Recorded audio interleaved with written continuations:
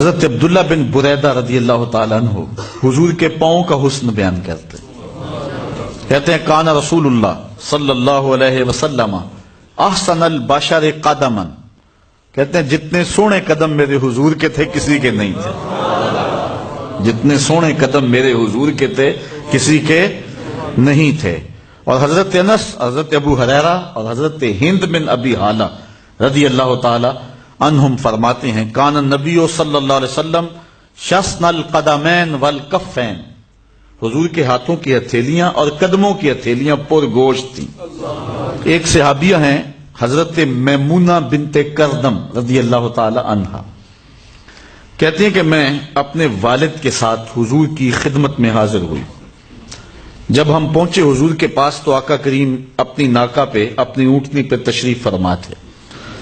تو میرے والد نے آگے بڑھ کے حضور کے پاؤں پکڑ لیے۔ تو کہتی ہیں کہ میں نے حضور علیہ السلام کی مبارک انگلیوں کی زیارت کی۔ اب سنی حضرت میمونہ بنت کردم کے لفظ، کہتی ہیں فما نسیتو فیما نسیتو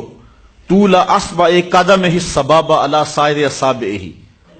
انگوٹھے کے ساتھ والی انگلی کی جو لمبائی تھی نا باقی انگلیوں کی نسبت، کہتی ہیں سال گزر گئے ابھی تک وہ نقشہ ہی نہیں آنکھوں سے جا رہا، وہ حسن اب بھی میری نگاہوں کے سامنے۔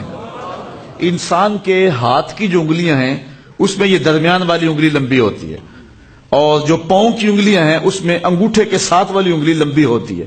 حضرت میمونہ بنت کردم فرماتی ہیں میں کیا بتاؤں،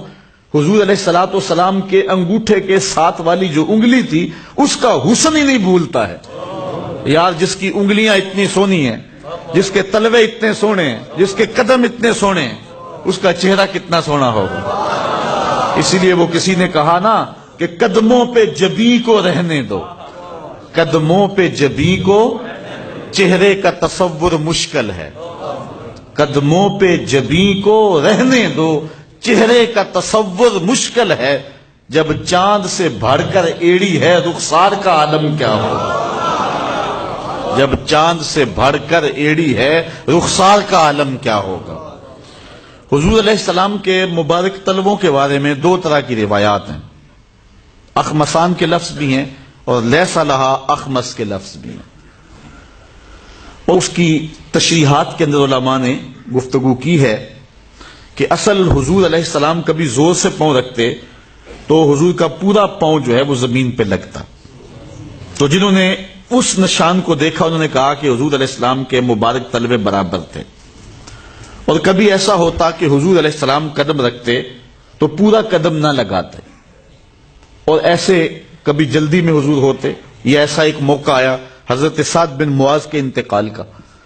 اس دن حضور علیہ السلام اپنی انگلیوں کے بل، پنجوں کے بل چل رہے تھے، تو صحابہ نے عرض کی حضور آج آپ پورا پاؤں نہیں لگا رہے؟ فرمایا مدینے میں میرے سعد کے جنازے کے لیے آنے والے فرشتوں کی بھیڑ اتنی ہے کہ پورا قدم رکھنے کی جگہ ہی نہیں مل رہی۔ 70,000 فرشتے حضرت سعد کے جنازے میں آئے تھے، اللہ کا عرش بھی جھوم اٹھا تھا حضرت سعد کے جنازے پہ، اللہ اکبر۔ تو حضور علیہ السلام اس طرح چل رہے تھے، تو کبھی حضور علیہ السلام پاؤں لگاتے اور کبھی پورا پاؤں جمتا۔ ویسے حضور کا طریقہ چلنے کا یہ تھا کہ پاؤں خوب جمتا تھا اور اس کا نشان جو ہے وہ زمین کے اوپر پڑ جاتا، بالخصوص اگر کوئی پتھر ہوتا اور آقا کریم علیہ السلام ننگے پاؤں ہوتے۔ تو حضرت ابو ہریرہ سے روایت ہے انہ صلی اللہ علیہ وسلم کان اذا مشى علی الصخر غاصت قدمہ فیہ، تو حضور علیہ السلام کے قدموں کے نشان اس کے اندر ثبت ہو جاتے۔ حضور علیہ السلام کے مبارک قدم کی تلیاں پر گوشت تھیں، اور آقا کریم جب زمین پہ پاؤں لگاتے تو پورا قدم لگاتے۔ حضور نبی رحمت صلی اللہ علیہ وآلہ وسلم کے ایک صحابی حضرت ابو جحیفہ رضی اللہ تعالی عنہ فرماتے کانی انظر الی وبیس ساقیہ، میں حضور کی مبارک پنڈلیوں کی چمک اب بھی تصور میں دیکھ رہا ہوں۔ اعلی حضرت فرماتے ہیں ساق اصل قدم شاخ نخل کرم،